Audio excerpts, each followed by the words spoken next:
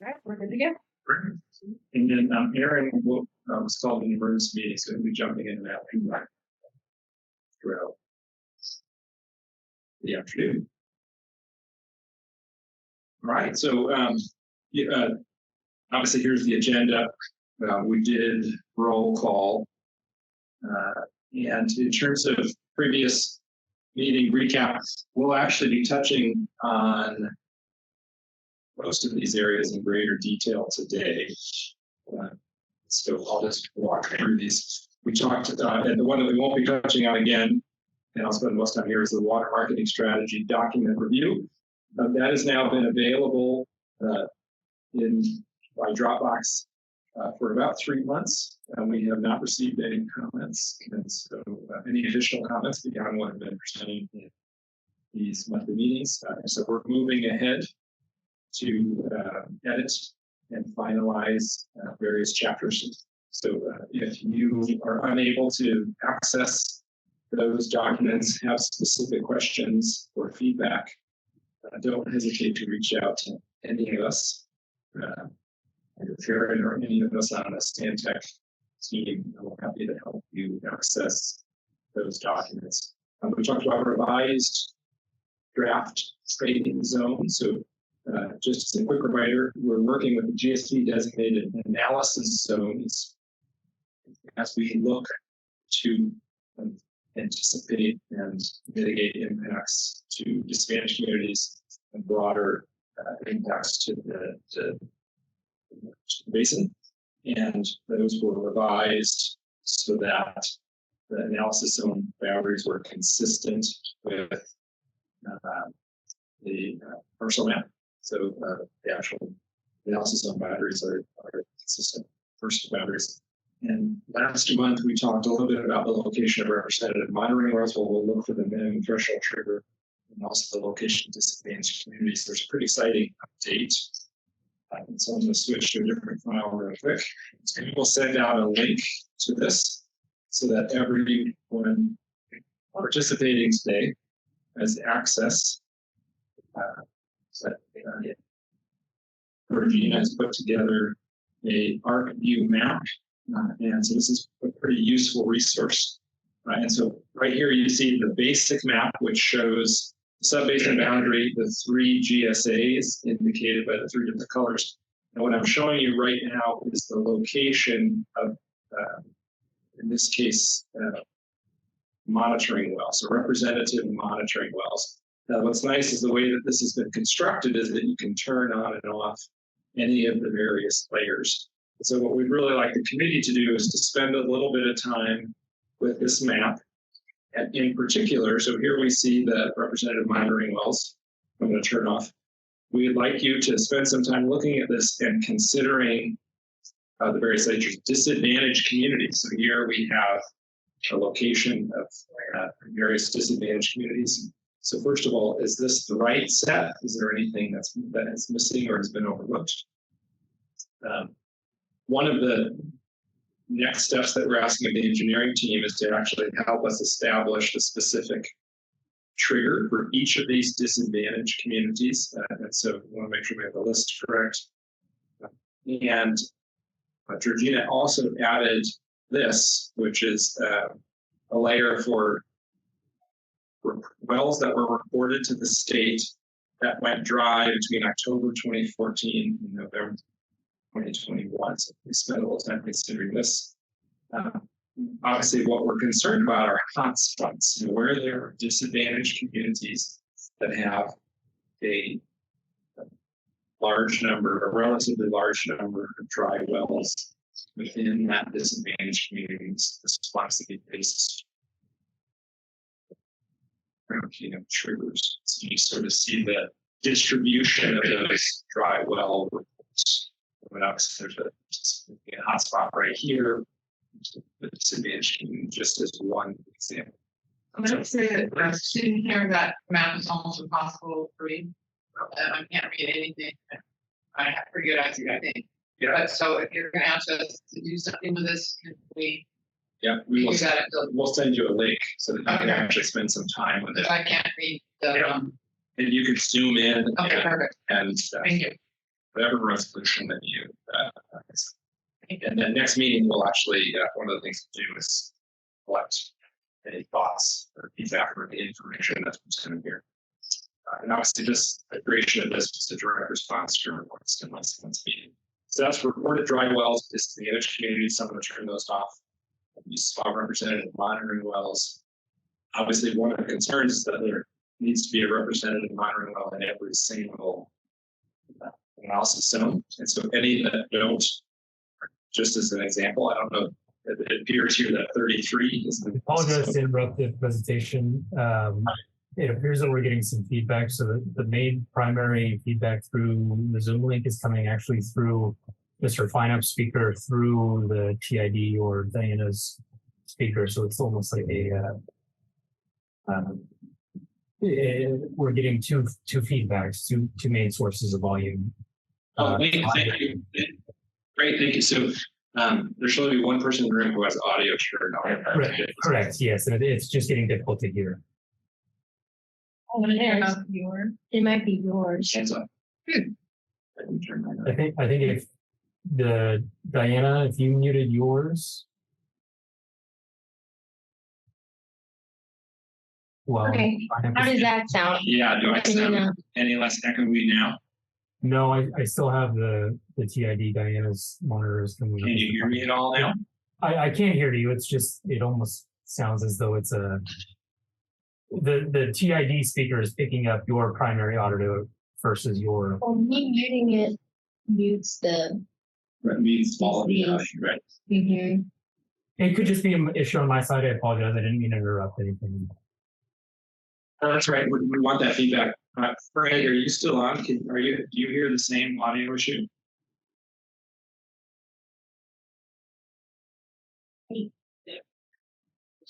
It may just be mine, and I apologize for interrupting. If it's just me, then please proceed. Interruptions are welcome. So we'll proceed, and if we hear the same complaint from anybody else, we'll definitely continue troubleshooting. So thank you for stopping us. So one other thing, let's see here. So that's mostly it. So the location of dismanaged communities, the concentration of reported dry wells, and then the location of representative monitoring wells. So this will be the basis crafting triggers that would result in restrictions on transfers to allocation in. So are there any questions or initial comments just about this information? Questions about what we talked about last week?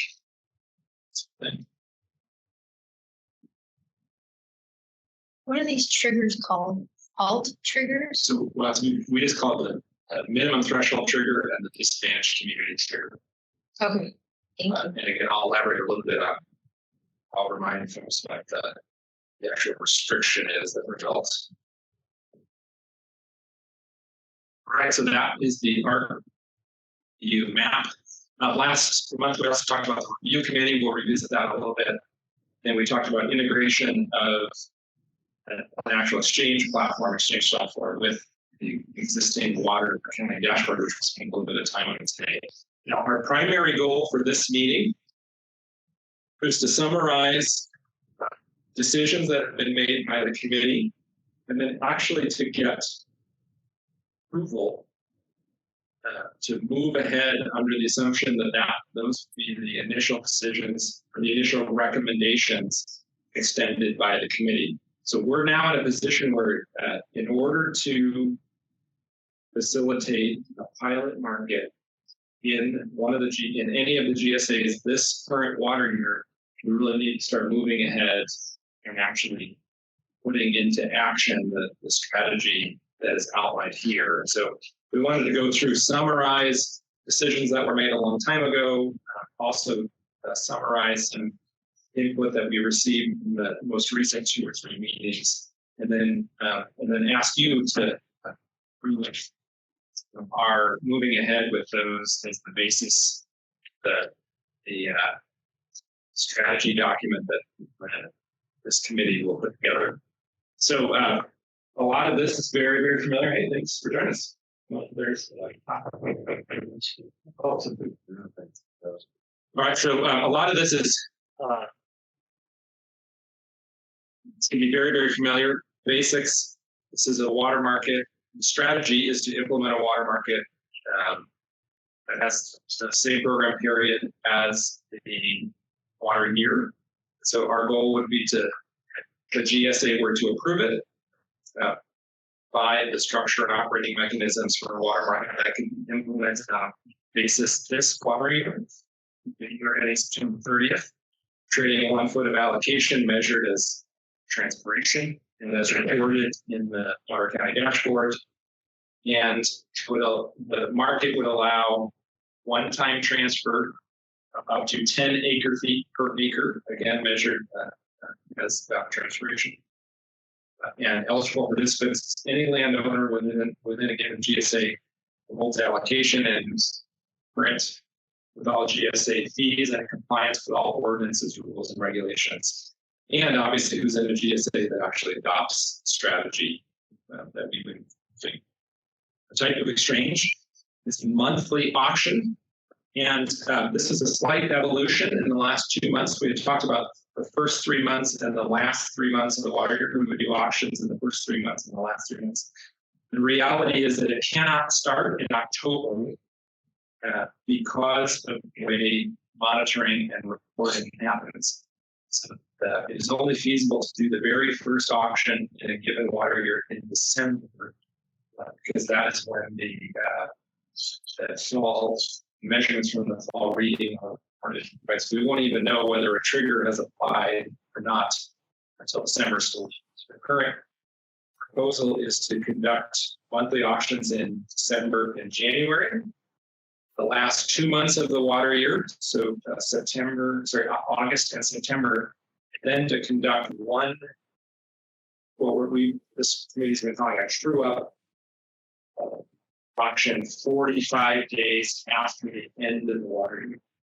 After the very final rate cycle, measurement and recurring cycle, folks, we have one more auction to true up those accounts before invoices are sent, billing is done. And of course, third party, these auctions would be facilitated by a third party with an exchange platform that's integrated into the Water County dashboard. Price information, as we've been talking now for many months, would be provided.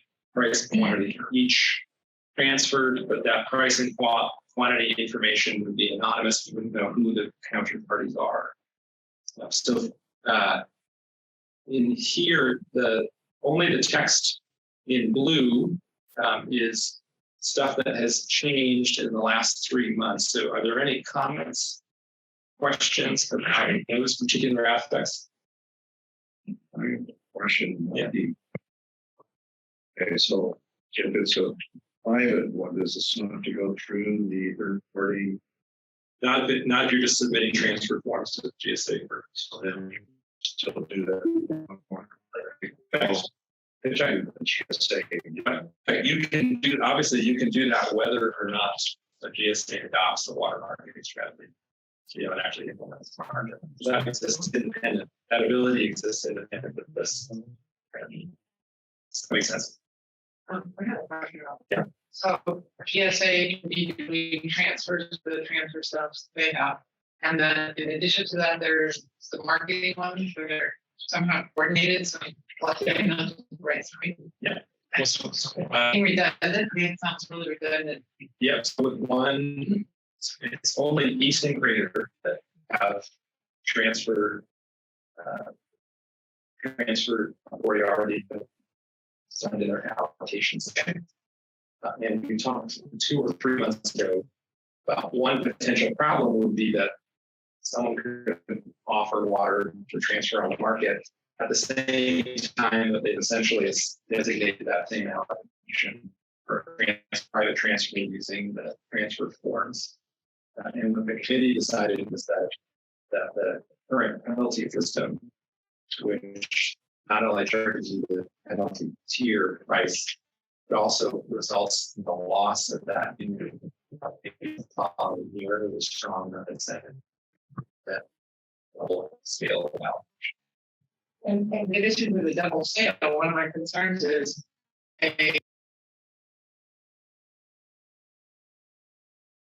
So then you can pick and choose whether the marketing, the GSA or the marketing, it seems like, what's the point of this? And Well, so two things. So one is, I actually think that it's the case. I'd be interested to get the folks in the greater and east to weigh in, but it is even possible that the restrictions for deciding and what's permitted by the GSA, which would create an incentive to try to transfer. May not be true in the sense that each transfer that's submitted to a GSA person needs to actually has distance, both have distance requirements, right? And they change. Exchange rate, right? The exchange rate, yeah, they could be changed again. Right? So definitely. There's a possibility that in the future restrictions are stricter. So you do kind of have two different competing transfer function screen. That would be the case in the Korean. Or was it adoption? So Yeah. So help me understand again what this marketing platform is providing that is already there. Well, so first of all, this is different in the sense that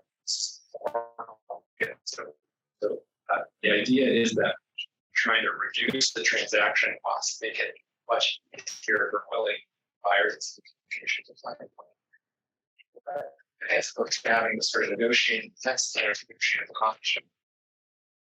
And so, as well as provide a system that all stakeholders feel good about, comfortable with protections for the stage, protections for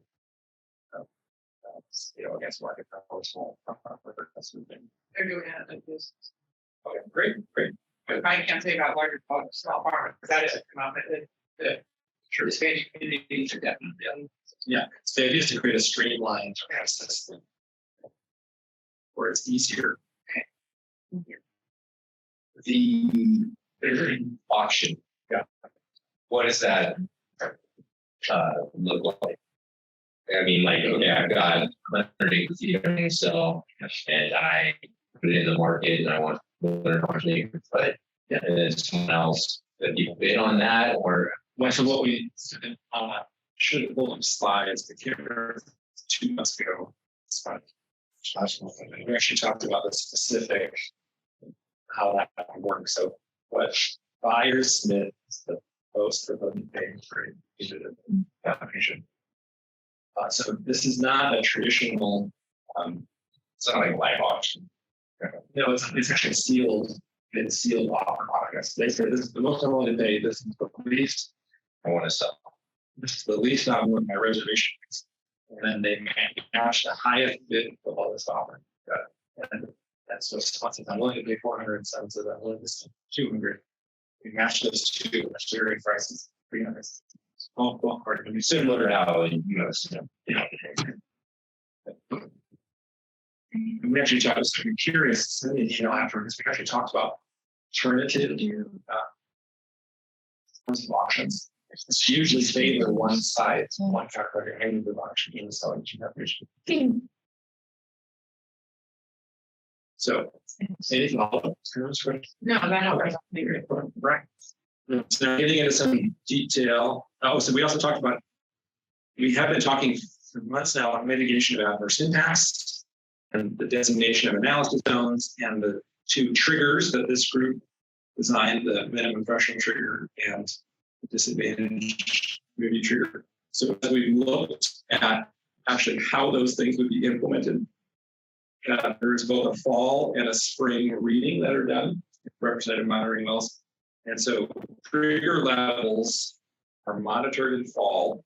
Notification. So first of all, there's just monitoring is done of all of those representative monitoring wells, but a designation of whether a trigger had been hit or not would be made in that fall reading. Notification is provided in December.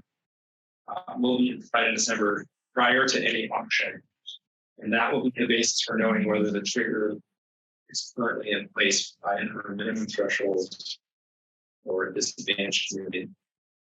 triggers can be lifted following the spring reading. So, example, if a representative monitoring well within a certain level of minimum threshold, the trigger would be imposed in fall. If there was water levels came by the spring reading, there would be a second reading in which time the trigger would be removed.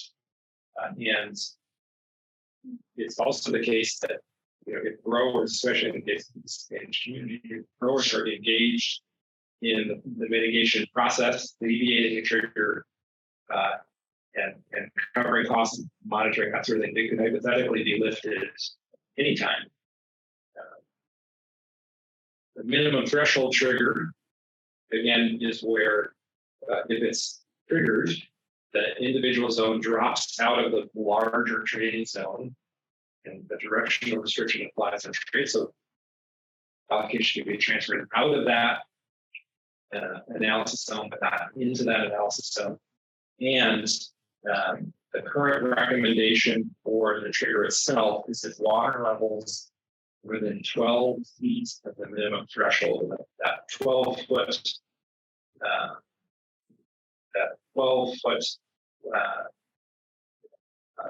amount is based on 1 year's applied in markets.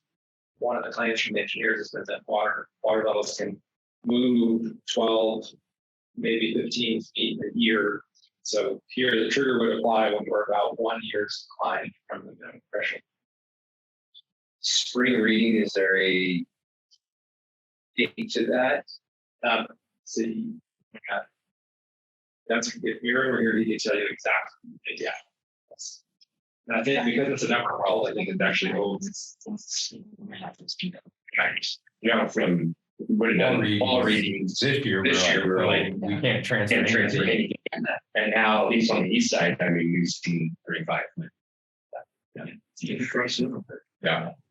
Well, the other one too so one of the reasons we added this thing about, well, if growers are able to cover the costs, not just mitigation, but additional monitoring, there could be readings after the spring reading, because, for example, the spring reading, my recollection actually is that this, I wish Aaron were here. I think my recollection of spring reading is like February, March. Does that sound familiar? For the groundwater. Yeah, groundwater levels. And so it's actually somewhat early in the actual hydrologic cycle. Right. And that sometimes, so for here, you won't actually see the full impact of the rains that we got, especially because of what happened in late March, April, until the fall reading, right? So there might be a reason that growers want additional monitoring before the next fall reading. There is a disadvantage. Please. Can they rely, so like on several of the GSAs, they're getting monthly readouts on ET and monitoring. So could a grower use that information rather than doing their own? So that's again, that would be a great, Aaron, good question. Because they're definitely getting monthly ET readings. I'm not aware that they're getting, because these are groundwater levels, right? They're only getting biannual groundwater. No, the monitoring wells are cruising every week. Yes. Oh, okay. So that's a question then for the individual GSAs. So let me make a note where.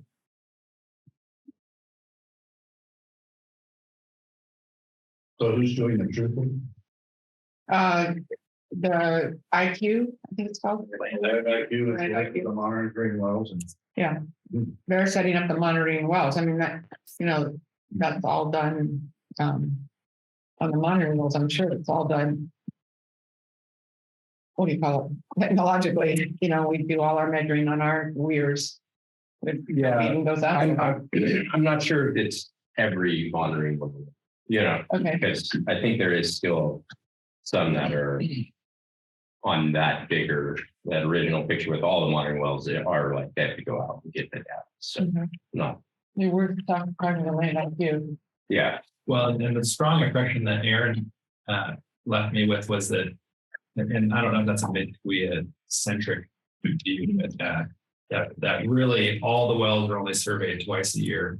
And that requiring that, and then one of the reasons we felt strongly that you have to put in here that growers would have to cover the cost of additional monitoring. Because otherwise they could send somebody out every day for 3 weeks straight to measure the well, right? Until they get the number they like. Right. Yeah. Yeah.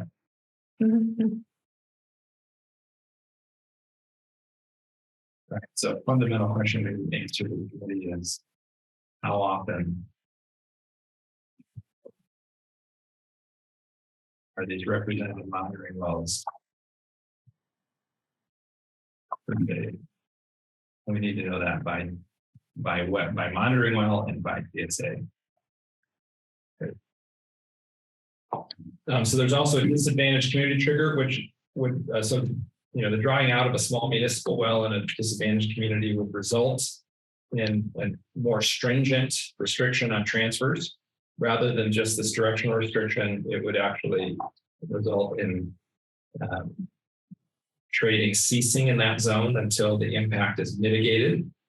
Before we jump into the actual trigger itself, I want to remind everyone that after a presentation from Georgina, we did it was her strong opinion that the trading zone is the right unit of analysis for the disadvantaged community trigger. As we had talked about a 1 mile circular buffer, a buffer that was elliptical and stretched to the northeast, reflecting the direction of flow. And she pointed out that actually sometimes these shallow municipal wells are impacted by pumping in the immediate neighborhood of the well, but sometimes it's actually basin-wide dynamics that are affecting that, and it's hard to know which, and so that it didn't make sense to do a 1 mile buffer because then you're imposing restrictions on only a certain set of people who may have nothing to do with the impact of disadvantaged community. So we went back to using the trading zone. It's also appealing to have both triggers apply to the same geographic units. It makes the auctions easier to facilitate. And then those triggers, these ones still need to be determined by the engineering team, looking at the location of disadvantaged communities, looking at the density of dry wells that have been reported in the past. And so this one's a little harder to designate. The engineering team will need to recommend which wells specifically will be monitored, and then what are the thresholds for each of those wells. So that one, there's quite a bit of work involved in designing the DAC trigger. That's still to be done. I still have a problem my concern is with the age of the well. Yeah. How long has that well been there? I mean, if this thing was dug 80, 90 years ago, the water situation back then was nothing like this nowadays. I mean, it wouldn't have been dug with temporary mines in terms of the fact that water is deeper. And so you can end up replacing wells that are or being restricted on wells that are, shouldn't be in use. Yeah. How does one address that? I think someone addresses that in the definition of those triggers. So which the municipal wells will be monitored and what is the level for those. So I think so the engineering team will make recommendations and you as a member of this committee will get to weigh in whether that seems reasonable.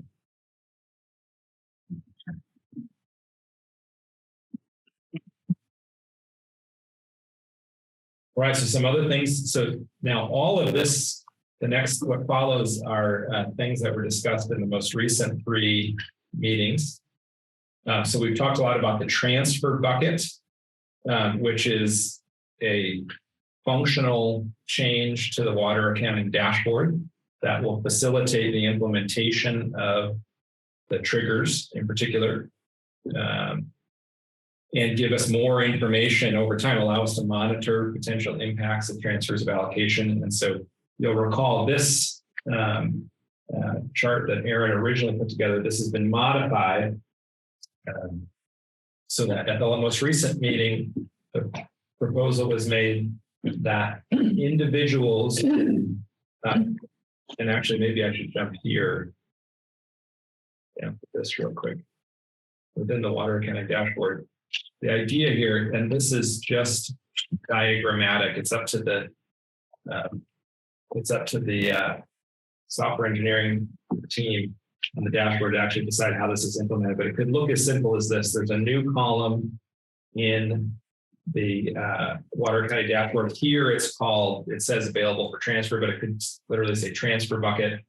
And since currently allocation is tracked by APN in the water accounting dashboard, what an individual could do is move allocation from a specific APN into the transfer bucket, right? And it would need to be less than 10 inches per acre for that APN. And so they would populate this green column, which is, so many of these values might be 0. There might be 2 or 3 APNs where water is designated available for sale. This is if someone's interested in selling. That then goes back. The values that are in the available for trade column can be read directly by the auction platform. And so they would move, grower establishes the amount of allocation to sell, moves allocation from specific APNs into that transfer bucket, that column in the water accounting dashboard.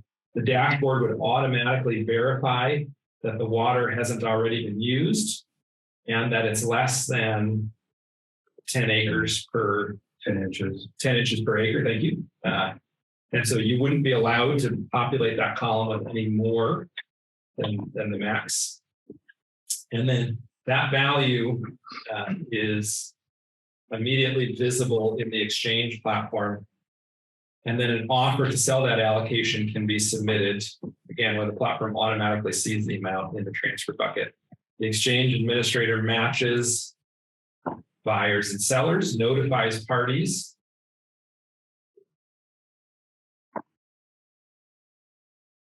And then buyer submits payment. And then that amount is moved from the transfer bucket of the seller to the transfer bucket of the buyer. So it populates that available for transfer column, the transfer bucket in the buyer's water accounting dashboard. Right, and so that is how it's imagined that would be facilitated. So if I'm a buyer, I'm going to have an APN that's buying this water. The market's going to know what APNs are allowed to buy that water. Yes. Yeah. And I'll actually have a diagram when we get down to this APN specific treatment. So one of the things we talked about last time was the reality that many participants are going to have parcels in multiple trading zones. So they might have one parcel that's restricted, one parcel that's not. So we will need to track the APN. And is it correct that you can sell part of your APN allocation? Yeah. I just wanted to make sure that. Yeah. So here in the past, that's the transfer bucket. And we also talked about the CBP place of use restriction. So we showed a map in 2 meetings ago of the undistricted areas. And I think they're in greater and east. And there are state restrictions on transfers that no foreign water can be transferred from a districted parcel to a non-districted parcel. And so the thing that we talked about was that we'll simply impose a restriction that you can only trade up to 10 inches per acre and no foreign water can be put in the transfer bucket, and we sidestep the CBP place of use restriction. This will not be relevant this year for any GSA that adopts the strategy and does the pilot market, but that will be a recommendation in the strategy document for full implementation over time. We talked about the end of water year true up, and the auction needs to be held at least 45 days after the end of the water year in order to to actually true up since the ET data will arrive 30 days after the end of the water year. So there's one last auction to true up the previous year's allocation. Now, there was one concern that the coordination team that meets every Monday thought of, which is that by this time, some people will have access to information about water levels in representative monitoring wells, since that happens in the fall, even though it hasn't been communicated to the entire GSA population, that some people will have access to that information, and that there could be a perverse incentive where, if you know, a trigger has been hit and there's this true up auction, you could buy a whole bunch of water to try and generate groundwater credits so that you'll be able to pump whatever you want the next year when transfers are restricted, right? And so the way out of that, and this proposal had already come up in other contexts, was to do what they do in Mid-kaweah, which is to simply say transferred allocation must be used in the current water year. Right? That would eliminate that perverse incentive. The other thing there is that what's nice, so there's two other thoughts about limiting transferred allocation to be used in the current water year. One is that it actually, by imposing that requirement, the flavor of water no longer matters. It doesn't matter if it's negative tier 1, tier 2, and in GSAs, there's different schemes for tracking those over time, different expiration dates. We sidestep that. Yes. Sonia, I see you've unmuted. Do you have a question?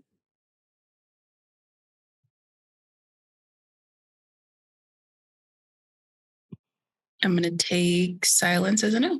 And then we also monitor. See, mine says 17. It's in the chat.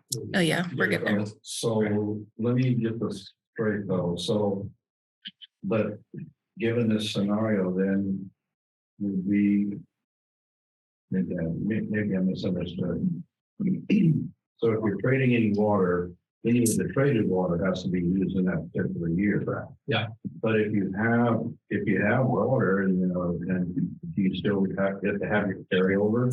Yeah. So you're talking about the water that was put in the exchange fund. Correct. That water has to be used, not and essentially what you have in your account. Yeah, and essentially it's a debiting. Think of it as a debiting rule. Mm-hmm. We're going to debit the transferred allocation first. Mm-hmm. And so it would leave tier 1 water or tier 2 water in your account. So there we go.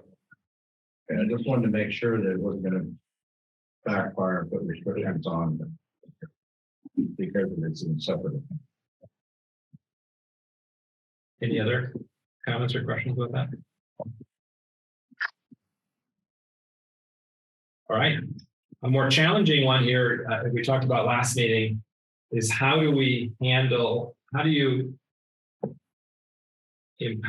actually adopt and implement the triggers and the restrictions on trade to protect DACs and water levels when there are many individuals who will have parcels in multiple trading zones. And so we actually looked, and in fact,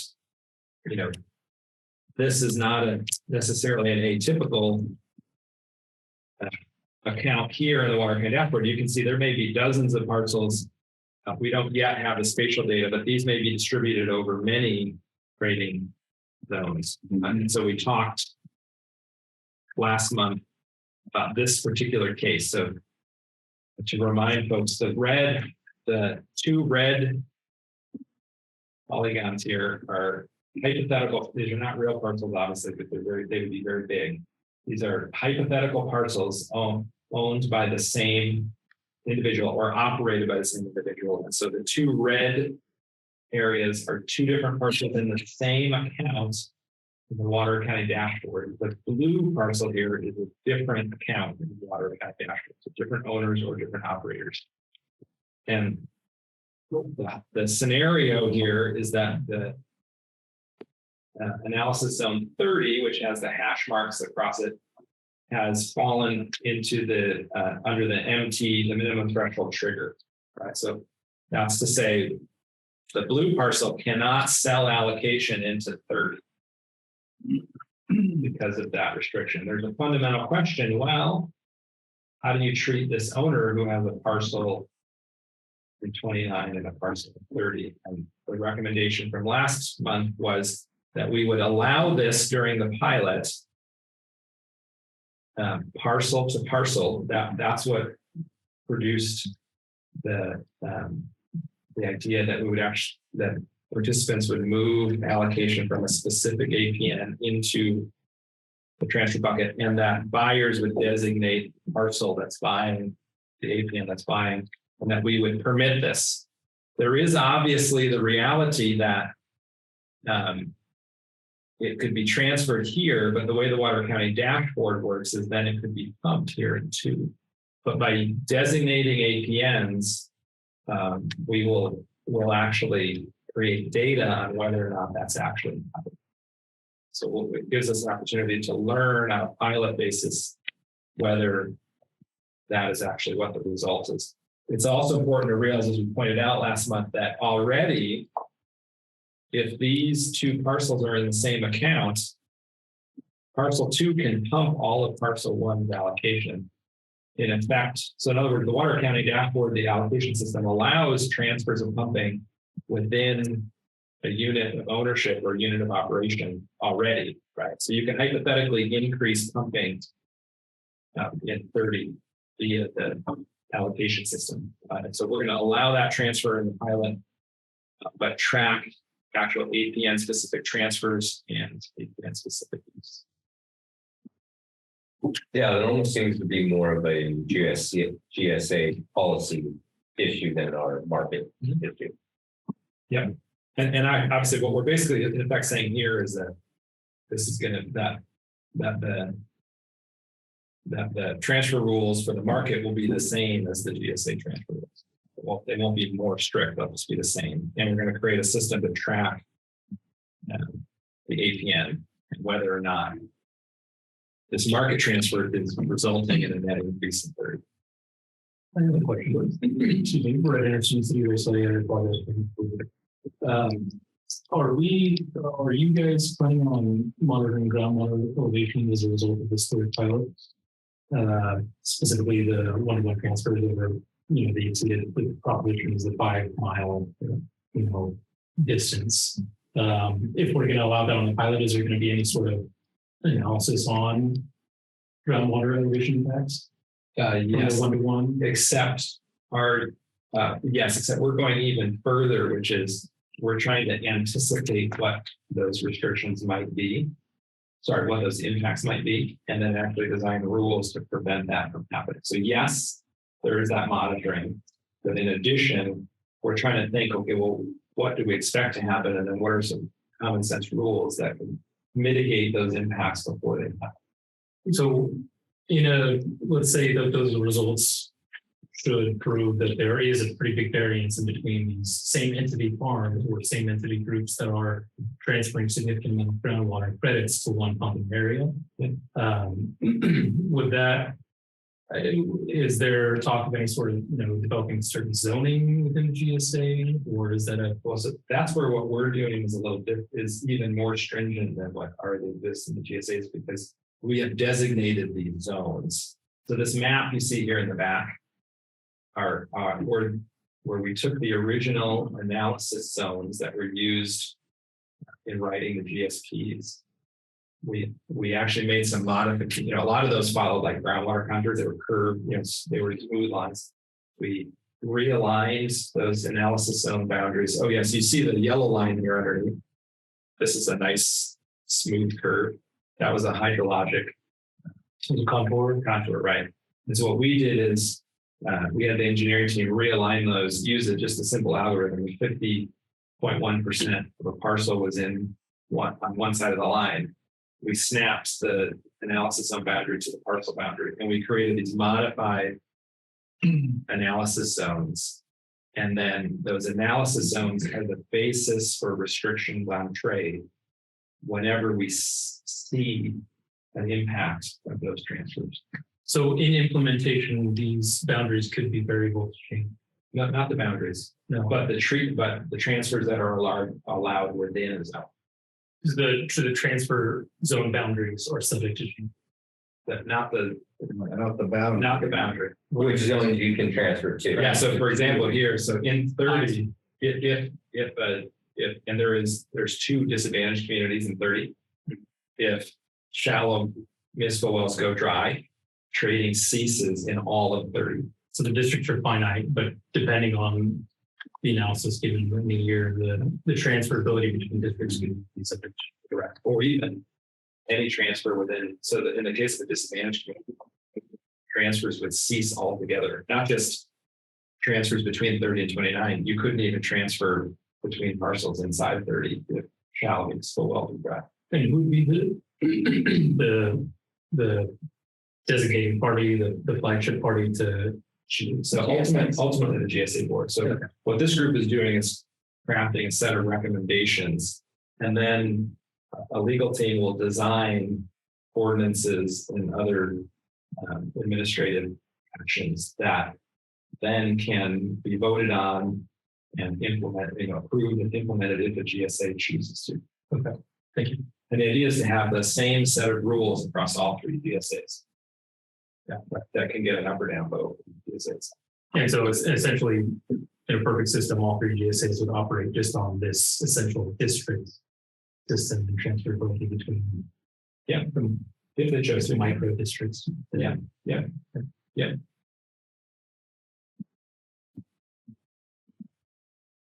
Yes, so stop us anytime and ask this question. Again, I apologize. I got here as fast as I just missed that first one. All right, so any other questions about that APN specific treatment? Participants or comments? There's been comments that I just don't, I still can't get it. I understand the desire, if you have no water in 30, then you want to buy the water from 29 and then pump. And I'm like that water from 29 is not really getting to you in 30. So how is it possible that you can now say, well, I bought the water? And that's the continuing argument. And I just doesn't, it makes no sense. It's like funny money to me. Well, in this case, so we're saying you can't buy. Yeah. But some of the GSAs are trying to figure that out, right? And how they feel about it. Yeah, sure. Yeah. And obviously what these rules that we're recommending say is that you can still sell outside. So 30 could sell to 28 or 30 could sell to 29 to try and move the pumping away from the affected area. They don't have any water to sell, really. Yeah, I get that, but until we breach the same level. Yeah.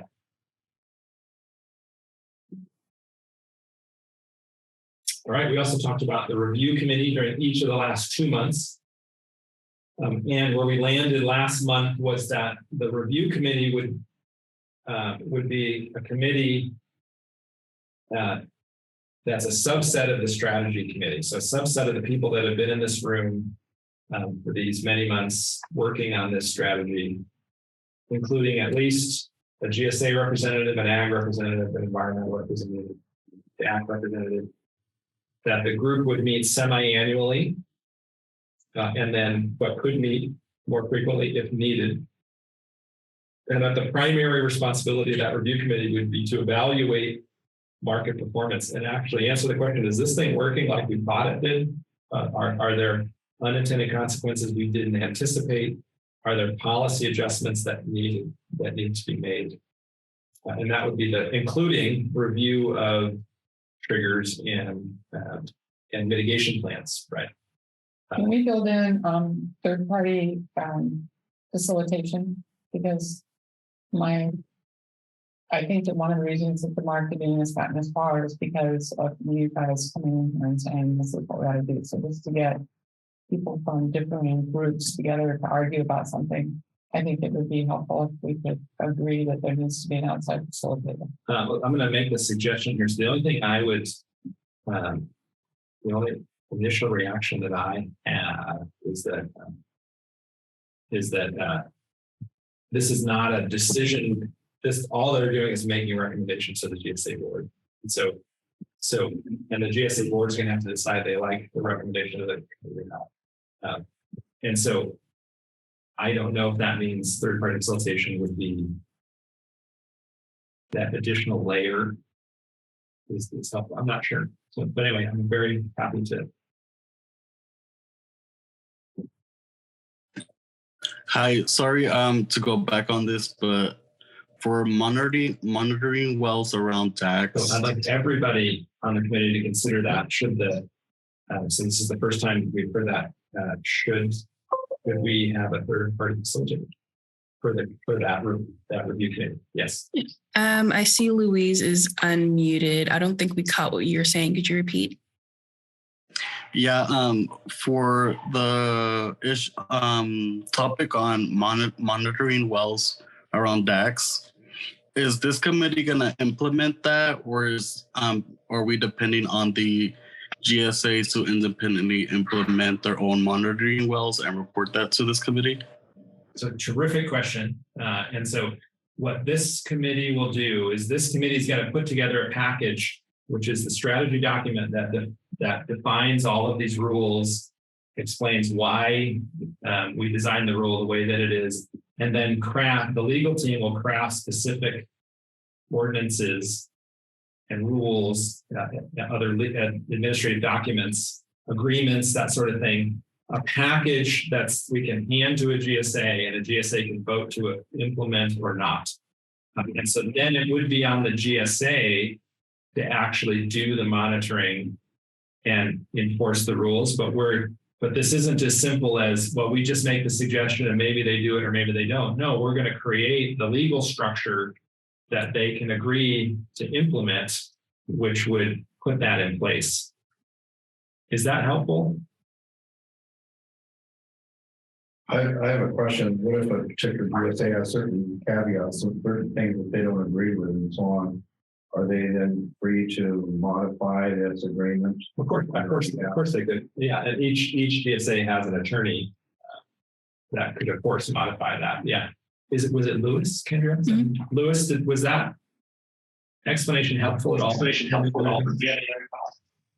Yeah, my only concern would be where each GSA is in terms of their stage on a plan and implementing that plan. So I think it's great if this committee does provide a good recommendation and outline for them to consider. Okay.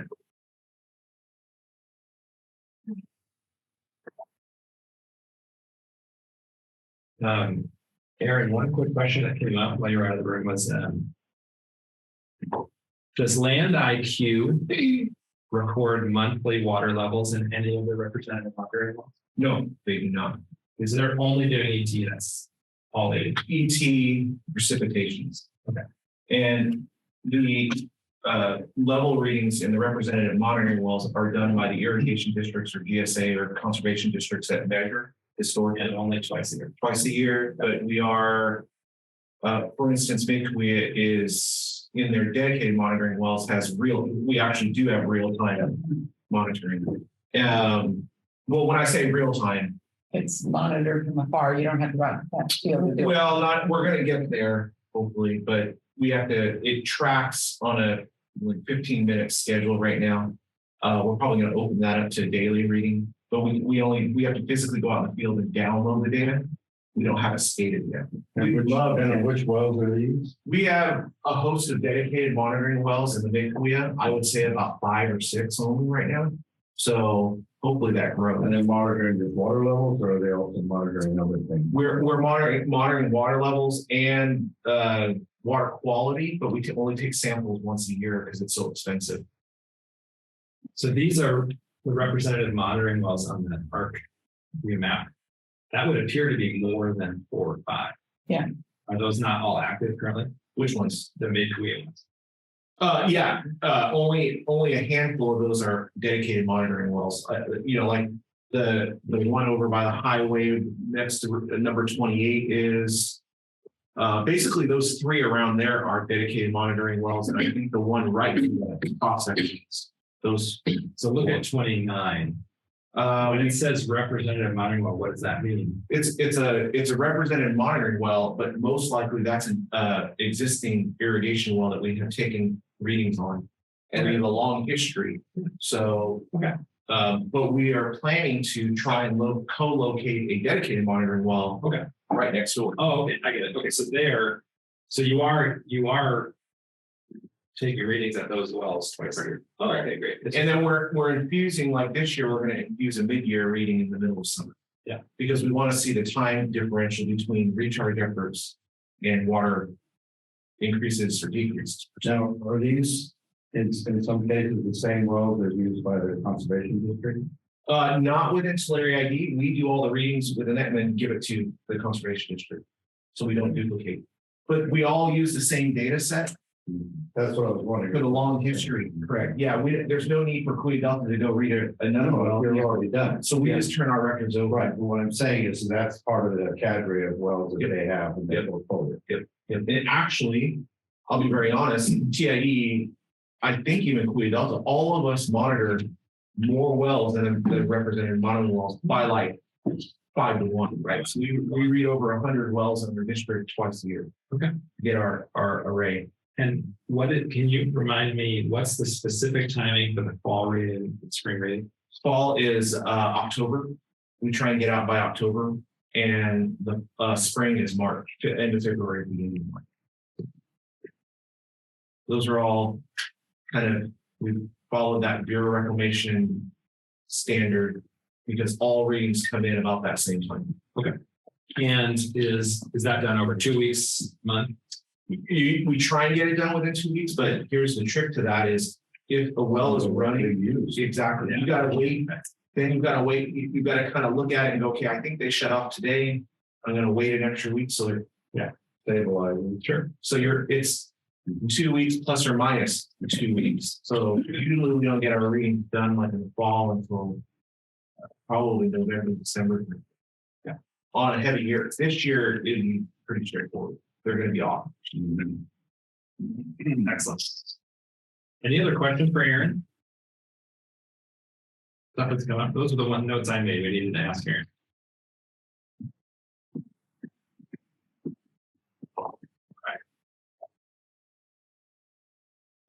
So also the review committee could also handle any dispute resolution if there were any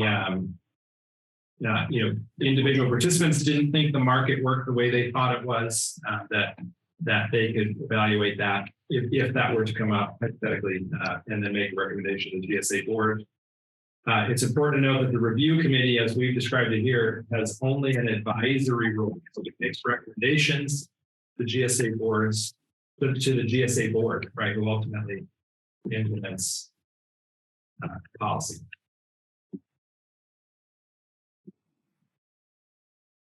So those are the decisions that have been made so far. Actually, Aaron, I'm curious to get your thoughts about this since you weren't in the room.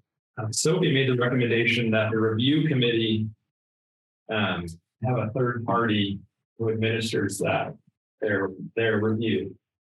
I don't see any reason why not. That's what we're doing it right now. Okay. And I think that helps with gathering data and setting up the parameters of what we're looking at rather than. We're just purely short on them. So, Yeah. So, okay. So is there any reason why that wouldn't be? Is there any reason we should be weary of that? Another review committee? No, having a third party administrator. So it would be a GSA rep, agriculture, environmental, DAC, and those individuals would be facilitated by a third party. When at least GSA, that's one from each GSA, Well, or is that? we actually talked about, since this will at least initially be implemented by a GSA, it would be that GSA's representative. In the early years, the pilot year. So the review committee would be for each GSA. You said you could have a couple. Yeah. Okay. Yeah. And again, so folks who know the local conditions best, right? So as we look back at this, so what we would like to do is a thumbs up from this committee to begin finalizing a strategy document and then actually starting to build infrastructure to facilitate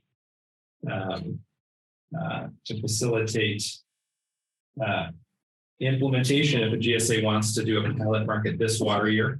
So I guess there's one other thing we should chat about, and then we'll come back to this issue of whether or not this committee is comfortable giving the thumbs up, approving each of these details, allowing us to move forward. So the other thing we talked about last time was integration of trading software with the water accounting dashboard. I already talked about this innovation of the transfer bucket and how that might be implemented. We actually talked last time about using H2O markets as the platform for this year's pilot. And the committee said, move ahead, find out more information. What would it cost to implement that? Is this doable? So you know what we've done over the last month is we have looked at the Fox Canyon platform, and we have started to map the data concepts used there to those here in the Kaweah Subbasin. There are some straightforward changes, like we use COM codes, which are aggregations of wells, whereas here it's an account in the Water County dashboard, which is an aggregation of parcels. We target state well numbers, whereas here the target is APNs. And then there's some accounting concepts that are similar. In some cases, though, these things do mean a little bit, the concept actually has a slightly different functional meaning, but nonetheless, there's a pretty clear mapping. And so it's not too difficult to adapt the Fox Canyon platform for use in a pilot this year. There would need to be some functional changes. And in fact, just so you're aware, there need to be functional changes to what you're seeing here are screenshots of the water market participants graphic user interface. So this is how market participants interact with the exchange platform. There would also need to be functional modifications to the exchange administrators user interface. Obviously, there's a whole back office part of the software where the exchange administrator is able to create these accounts and also do data validation with the water accounting dashboard. I guess I should add here, what this showed, this data concept mapping showed that the software can talk to the water accounting dashboard. Right? That was the big question. Can the H2O markets software talk to the water accounting dashboard? And it's very clear that they can talk to each other because the data concepts are similar enough. There do need to be changes to the graphic user interface, both on the participants and on the back office.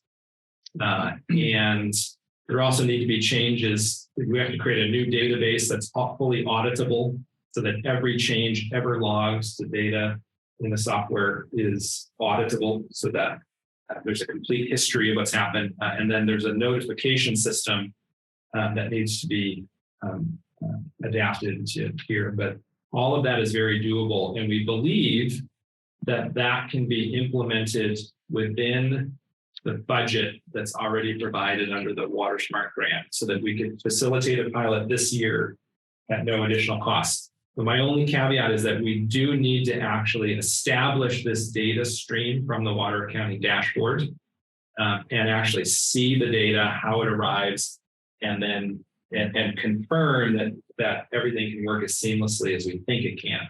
And so I've already talked with Aaron. We're going to try and set up a meeting with the water accounting dashboard team next week to actually establish an API, establish that data stream so that we can confirm that it works the way we think it will. So all of that is moving forward. And we would, of course, come back to this committee with mocks of what these actual user interface screens would look like in the revised system after we've confirmed that the data stream works. And then confirm to this committee that, yes, we can do it within the existing grant budget. And then this committee would get to, again, decide whether or not we actually move forward with that implementation. And just to kind of add on to that really quickly, the basis of this was, I think the request was not only from this committee, but we're hearing it from all of them. Realistically, not wanting to step and have to log into a separate system in order to do a transaction. So just understand this would be embedded within the water dashboard. So it'd be integrated such that when you start moving it, you're gonna think you're in the water dashboard. I didn't even realize it, but Matthew even picked the same color palette that. So blue tends itself to in our water dashboard. So I don't think you're gonna know you're in H2O markets. You're gonna think you're in the water dashboard if you're not part of this committee. Now, do you have any idea how they would be funded or what the cost would be in subsequent years? In other words, if we do choose to implement it and so on, how are the fees or what fees, shall be initiated? So for these transactions, what kind of a transactional cost are we going to be seeing? Well, so two things. So there's two different ways to fund a trading platform. So if it's H2O markets or anyone else, there's 6 other competitors that would be happy to submit proposals, right? So you could do an RFP process after the first year and get 6 different proposals. They're going to methodology is going to be proprietary to this particular thing. Just they said we just No.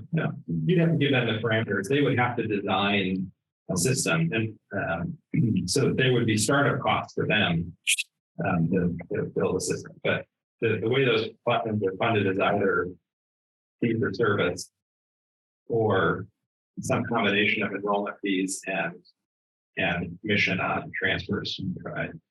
and then the one that you're familiar with right now, what are those fees right now? How are they determined? What are they? So Fox Canyon does. I might be misquoting, but it's something. There's an enrollment fee upfront. And I'll have to double check, but I think we do it by well, so $300 per well for your first well, and then it drops to like $100 per well for each subsequent well within a CONCO. And then there's 2% on either side of the trade. So the buyer pays 2%, the seller pays 6%. So that's just what Fox Canyon uses. They didn't want to do a fee for service. Although now there's actually talk about Fox Canyon about moving that direction, about saying, you know what, we're just going to fund this out of groundwater pumping fees, right? And we'll just pay a flat fee for service. And then there's no commission, no enrollment fee. So that's a discussion right now in Fox Canyon. Keep in mind that one of the things that's being discussed here is you also have the alternative. You can do an RFP and have proposals from a number of firms that do this. You can have a software engineering team that design the water kind of dashboard, and they can build it for you. Right. Then it's just a matter of managing. Yeah. So you will have choices, right? You're going to have choices. This is just to get us to the pilot. Understood. Understood. Yeah, but there's going to be ongoing costs, and I think that Matthew and I talked. To get started, the great thing about the pilot is we're going to start quickly learning what our costs are. Right now, it's just kind of a shot in the dark, and we are a different model than the Ventura because we're not doing well. We're doing parcels and everything. But still, numerically, you're about the same. I mean, parcels are well for the most part, and some may have 3 or 4. But it also has to do with the value of the water and the value of the commodity. Yeah, that's different. Water is, I think, quite a bit more valuable. Yeah, Fox Canyon. Yeah. But the area is much larger here. Yeah. So with all of these things, so one of our primary goals today was to take the temperature of the committee, assess your comfort with each of these details we walked through here. Because what we would like is a thumbs up to start preparing the final strategy document, working with the legal team to devise those that legal language, to be pushing on the engineering team to design specific triggers that we will bring back to the committee for consideration. What is the trigger for this DAC, for Okieville, for this other DAC? What is the minimum threshold? Is it 12 feet above? Is it 12 feet above? What's the trigger? Is it 12 feet above minimum threshold? So work with the engineering team and then just start designing something, a package so that we can implement this thing this water year and do a pilot round of auctions here before the end of the water year. So first of all, having discussed each of these details. What the tentative date for the start?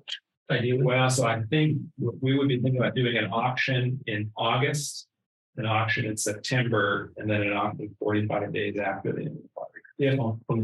Basically, to close out the water year. Yeah. And obviously only if the GSA adopted. And so we talked about water market basics. Is there any aspect of this that this is the most basic stuff we've been talking about the longest? Mitigation of adverse impacts. These have evolved a little bit. In particular, the fact that we're going to monitor in fall, notify in December prior to any initial auction for the year. And then the triggers could be lifted in spring, a spring reading. Or anytime if growers cover the cost of additional monitoring, an additional survey of a monitoring well, and if they help with mitigation. I don't have enough information about the DAC trigger. We'll have to come back to you with what those DAC triggers are. But is there any aspect of this that requires further discussion? This is good. In my opinion. Okay. The transfer bucket, are you comfortable with that as a tool for integrating market transfers into the water accounting dashboard? Yes. Yeah. Yes. All right. So here, again, this one actually isn't relevant immediately, but and this seems pretty straightforward, but the rule, no foreign water in the transfer bucket as the recommendation for full implementation over time. 45 days. So it says 45 days. If it needs to be 50 days, it'll be 50 days. It'll be as soon as we can feasibly do it after the end of the water year. And that purchased allocation must be used in the current water year. Yes. And then APN specific treatment of participants. So what matters here is we are going to allow this transfer from this parcel to this parcel, even though that the red owner has a parcel in one of the impacted areas. That's not different than the GSA allocation transfer rules. And then any additional thoughts about the review committee? We added that there'll be a third-party facilitator for those semi-annual meetings. The committee will be GSA specific since the market is going to be GSA specific initially. My only question on this is, I heard what you're saying, like maybe we need to make it committees because you're saying GSA might have their own. Yeah. So we would. those should all be full. Thank you. Well, and yes, I'm going to put this. This is.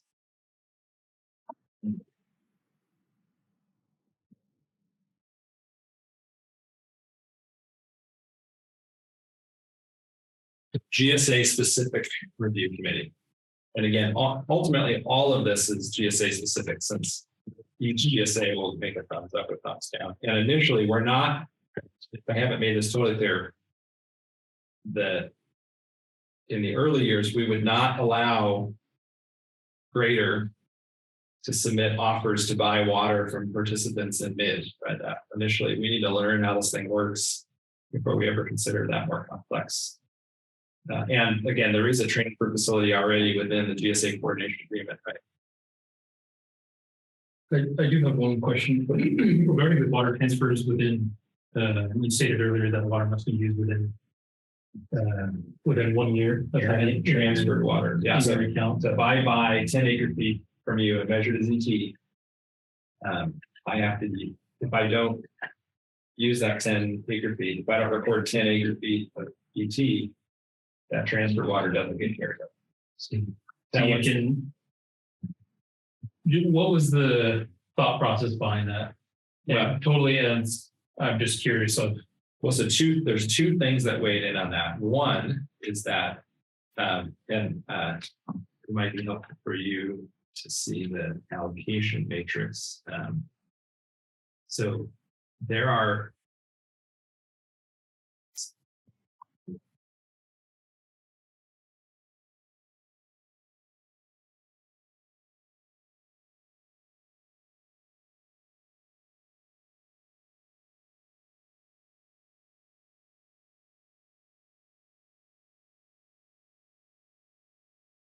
So within, I'll try and describe it while I'm searching for it. So within the each GSA's allocation system, there are different types of water that you're allocated. There's what's called native groundwater. Two of the GSAs call it native.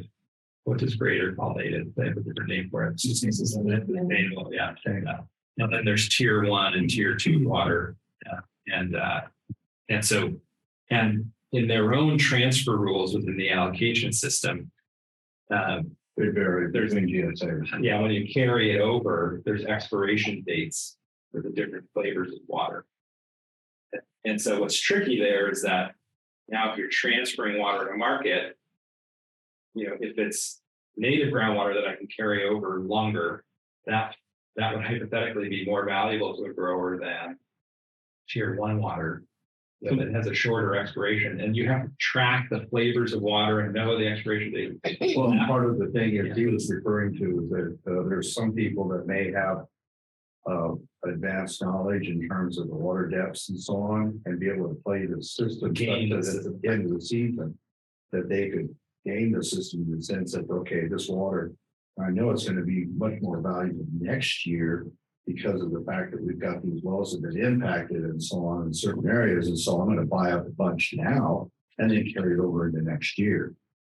And this is one of the means by which can be controlled and not allow that to happen as well. So because of the intricacy of those rules and the flavor of water, there's the opportunity for gaming the system we're trying to avoid. I understand the gaming of the system, and there's a potential to be, the system to be taken advantage of, but is that, speaking on behalf of a landowner, I have no statement other than representation of the city of Visalia, but as a farm owner or a landowner, I think my thought process would be that the water marketing strategy would be to the benefit of the wide area growers. And I'm not saying that this is our objective here, but if we're going to make a fair system, the 1 year lifetime on transfer water seems to me counterintuitive for long-term longevity of optimization both farm ground and non-ag properties. So the other one too to keep in mind is that water is fungible, right? So another way to look at this, and this may undermine what I just said, it's not as much protection as it might against gaming that it might initially appear.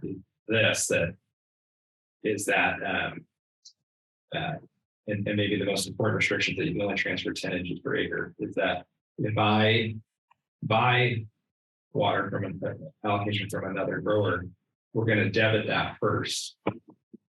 And they may still have water left over that they can carry over, but it's not going to be the transferred water. It's going to be the native tier 1 or the tier 2.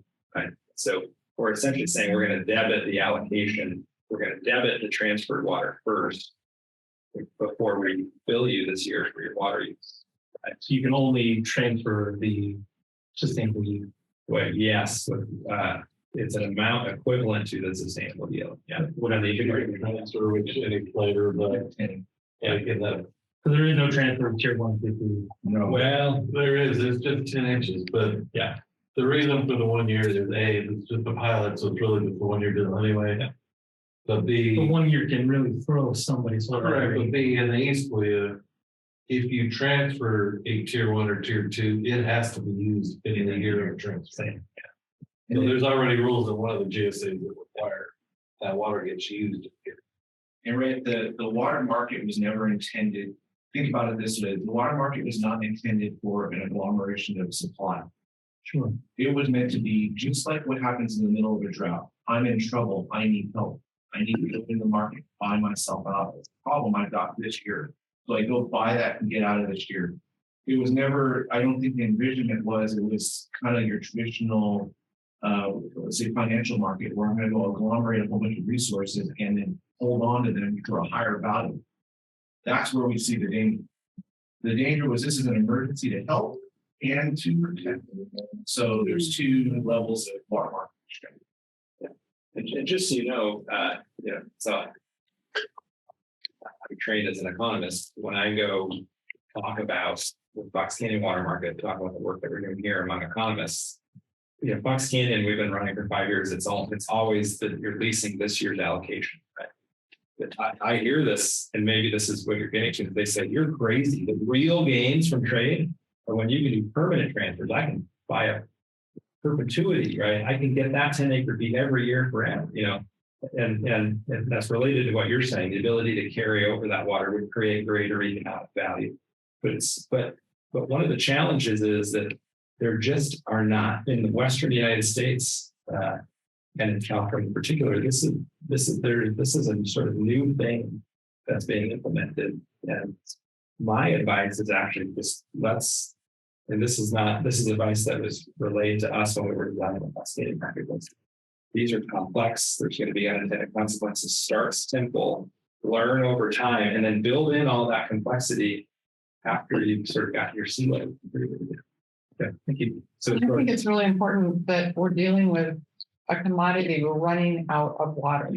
So to just say, well, we're going to, make it all a gambling thing on who's going to hold the most paper of this water doesn't solve the underlying problem of how do we manage our groundwater sustainability. And I have no intentions of long-term transfers, or I don't think anyone really does. I guess the question is, what's the difference between 1 year to 5 years? I think that's more valuable than non-eternal transfer. Yeah, or long-term transfer. That's being argued. Fair enough is buying it in year 1 and realizing in year 5. So many different variables are going to happen to continue in year until you got it.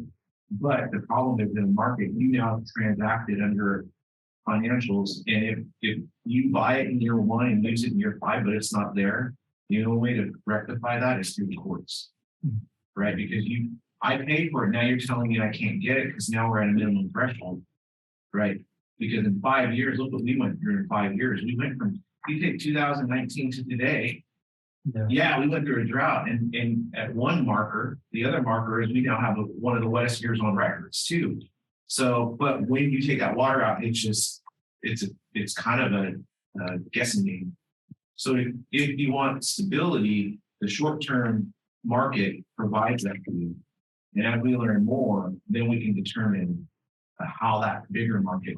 But I am fearful personally that the opening up and agglomeration of credits, right, sets you up for failure because you're making guarantees on something you can't physically keep underneath your feet, right?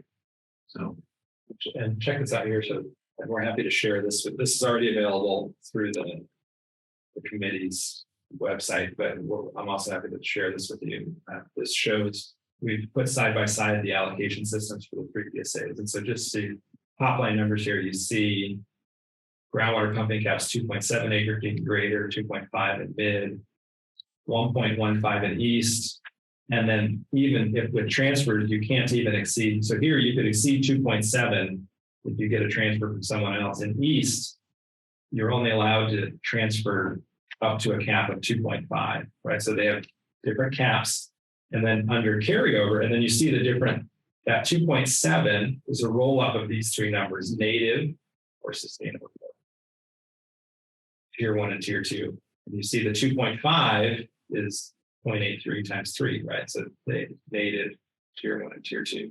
So they have different buckets that feed into that cap. Now here, when you come over to carryover, notice that at greater, the native is reduced 10. If you carry it over, you lose 10% right off the top, and then you can carry 90%. Tier 1 and tier 2 step down 10% a year. Right over here, there's no loss on native in east when you carry it over, or tier 1.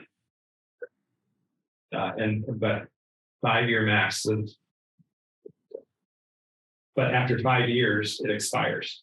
Right. So now in a water market where you're if you don't make this accounting rule where you have to debit that first and use that water this year, you have to keep track over time. Well, did I buy tier 1? Did I buy tier 2? Did I buy native? Is it expiring 10%? And it came from this state, this area, or this area, because they have different rules. Yeah. In terms of carry over. I mean, it's really So just becomes convoluted. so complex. Why not 2 years? Right. 1 on a 2 year market trial. Again, just because even there, then even saying two I have to suddenly keep track of the flavor of what, and the market can't, right? So you have an additional year of variability between the convolution of water, but it's 2 years. Well, but again, so think in terms of how a market, if this was a market that had 1,000 participants and hundreds of transactions, we would know how to price tier 1 differently than tier 2, differently than native. Whereas here, if we do a pilot market this year, there might be a good year, might be 12 transactions, right? There may be very few. The market can't even price because it should be a different price for each of those categories of water, right? So introducing a second year. So is the first year that this is the pilot, we establish this and we adjust as we move along, or is this sort of the framework that we're choosing to move forward with? Because if this is something that's more of on an adjusting period, I can understand that, but Well, I understand. Say 1 year and that's Yeah, what we're no, great question. Yeah, I know. Good comment. Right. So the vision here is that this is something that will adapt over time. That's absolutely 100%. Start simple. So, and in fact, if over the last several months, there were things that were very contentious. There were a number of things that are as contentious as what you're talking about. And we got out of it by saying, hey, it's a pilot. Let's learn. We can, and that's what the purpose of this review committee. We can reevaluate after 1 year. Do any changes we need to make for year 2. And the idea actually that each year that review committee meets semi-annually. How's it going? And then at the end of the year, did it work the way we thought? And do we want to change something? And the idea is that it will actually evolve over time, for sure. And quite honestly, it'll have to adjust, or otherwise, people in the east, which is gonna do the transfer through the eastward back. They're not gonna use the market, right? Yeah. Right. So your carryover and the longevity of the water is gonna end up being whatever the rules end up typically be a thing. Yeah. So it's gonna have to be. We needed a version 1.0 and the logistics to get it going. And in all reality, we accelerated the implementation. That's why we went with this approach where we're going to be vendor piloting. That way we can just get it going and start it out. And starting it on a year like this is kind of nice, right? Yeah. So start pressure's on. I apologize coming into this a little bit late. It helps us too to remember what we decided. More probably why. Yeah, what? No, I'm laughing a little bit because I got all those discussions in this group. They're just coming back up in my mind, and they'll all remember the time when I locked them in the shop. Literally, that was that they couldn't leave until they agreed. So they agreed. And the swamp cooler didn't really lower the temperature. No, it probably increased it. Yeah. Yeah. And Sophie and I were sitting side by side, looking daggers at each other. Oh, no problem. Don't smile already. The chocolate's out. Remember the chocolate? Yeah. I don't want to cause controversy because I've been through a million internet. We get through a million of these things. And yeah, I'm not here to delay progress. We'll say. But, yeah. I was liking this whole entire process. Like I said, it's not meant to be your traditional market where you're looking at like the NASDAQ or something like that, or buying and selling, trading, things on an open market. It's meant to be like what happens in a drought. My neighbor ran out of water. He comes to me and says, I need help. Okay, we work out a deal. And there's money that trades hands for you helping that neighbor out. But it's not this large scale, okay, I go, Matthew and I start up because we realize the market's in water, because that's where I see it. And he and I go buy up thousands of acre feet of storage at $10 an acre foot, wait 5 years and sell it at $5. So it sounded like. Well, I think before we go to that, I think what we need to do is actually, this is one of those points in time in history where we probably need to take a vote where the committee comes. We wanted to summarize this. It's not your final look at it, but it allows us to go, we are drafting the document. I mean, it's up online and you're seeing, we're making revisions and adding and subtracting based on this feedback, but we wanted to make sure this is the next big step. I think what we come back to next is what we would probably call like a final draft, but we wanted to maybe get your guys' vote on this. So maybe We're all for it. Let's call for the question. Yeah. Okay. Is there any, if I put it this way, are there any pros to the slides? Online too. I saw it looks good by you folks, but and if you're okay with it, silence is going to be deemed acceptance. Okay. And again, what we're talking about is, again, market basics, type of exchange, price information, mitigation of adverse impacts, and then these details that we've spent the last. Right, let's move to the next phase. Yeah. Okay.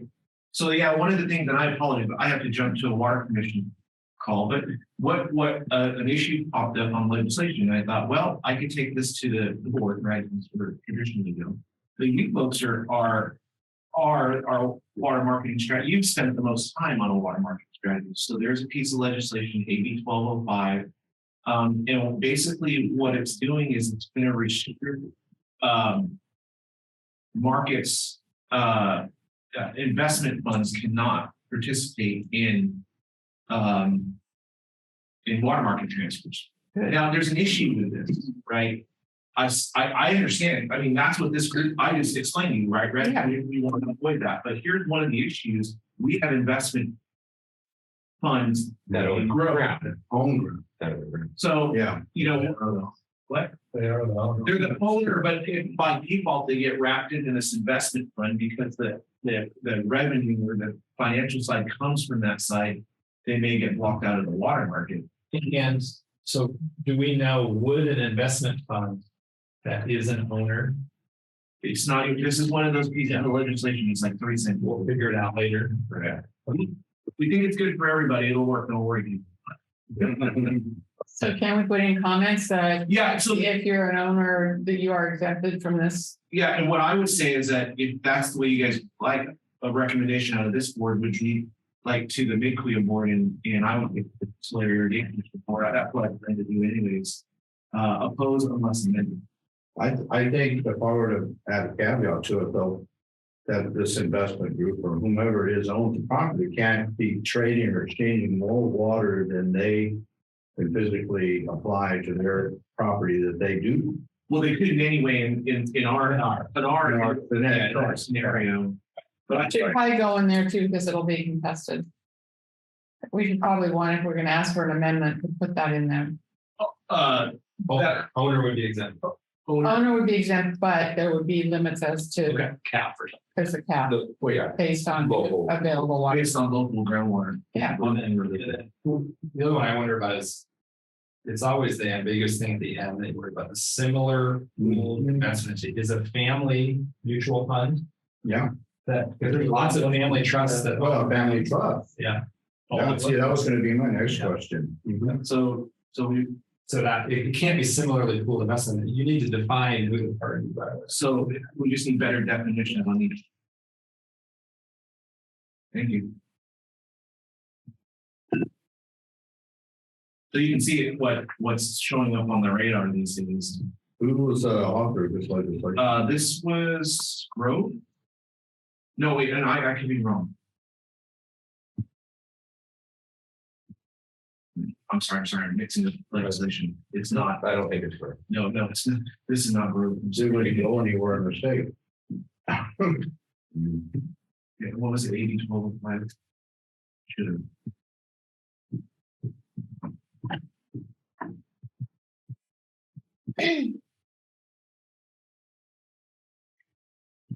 And that's our agenda, by the way, for the day. So, All right. so any other thoughts or comments? So let me just put this as an end. So Bauer. Okay, Bauer. Power on. Okay. That's Rebecca Bauer. where is Rebecca? 16, where Assembly District 12. No, No. where part of the state is there?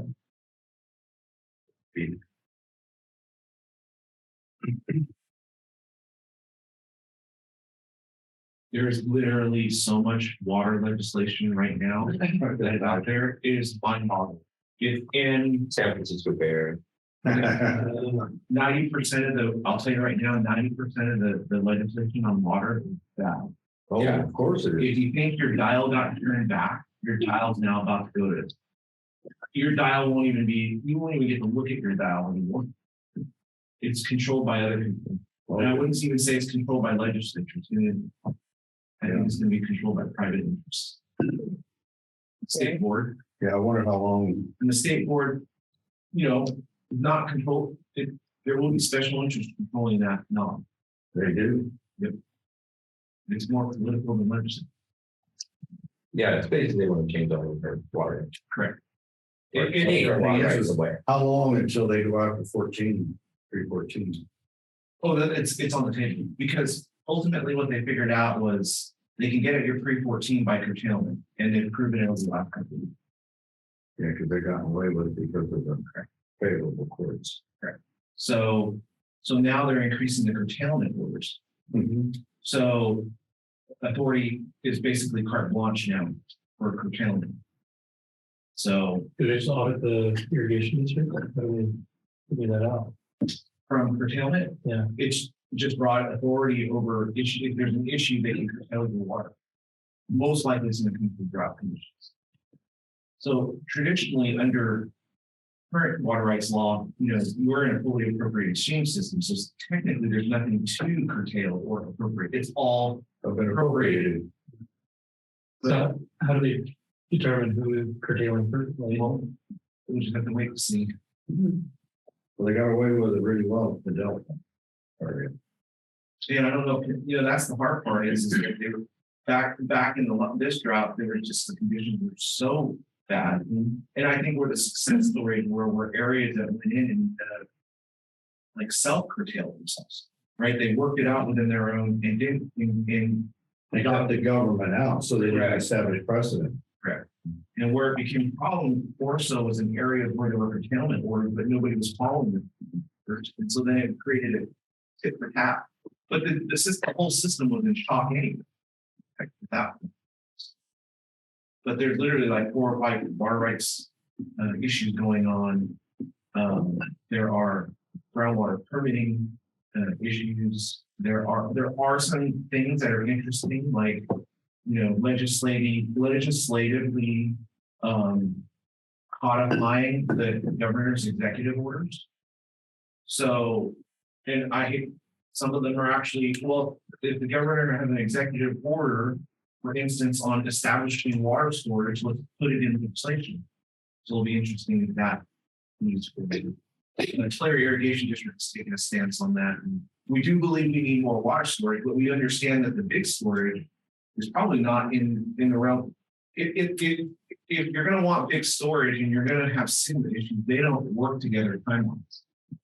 So local storage, like our Seaborn project, and there's some other projects in Thule and other areas, we can get those done very quickly. So we're supporting that legislation right now. Yeah, I appreciate this. We thought this would be a good discussion. All right. So as always, the invitation's open. If you sit up in a cold sweat in the middle of the night, or something just occurred to you that we need to worry about, we want to hear about it. If you have just additional thoughts, feel free to reach out to any members of the committee. Oh, and Matthew, we are also going to offer to all the GSAs and the advisory committees. Now we're at a point where we can share this with. So we'll be showing up at the various committees. We probably show up to call Mike for the time. Yeah. Are you giving reports? But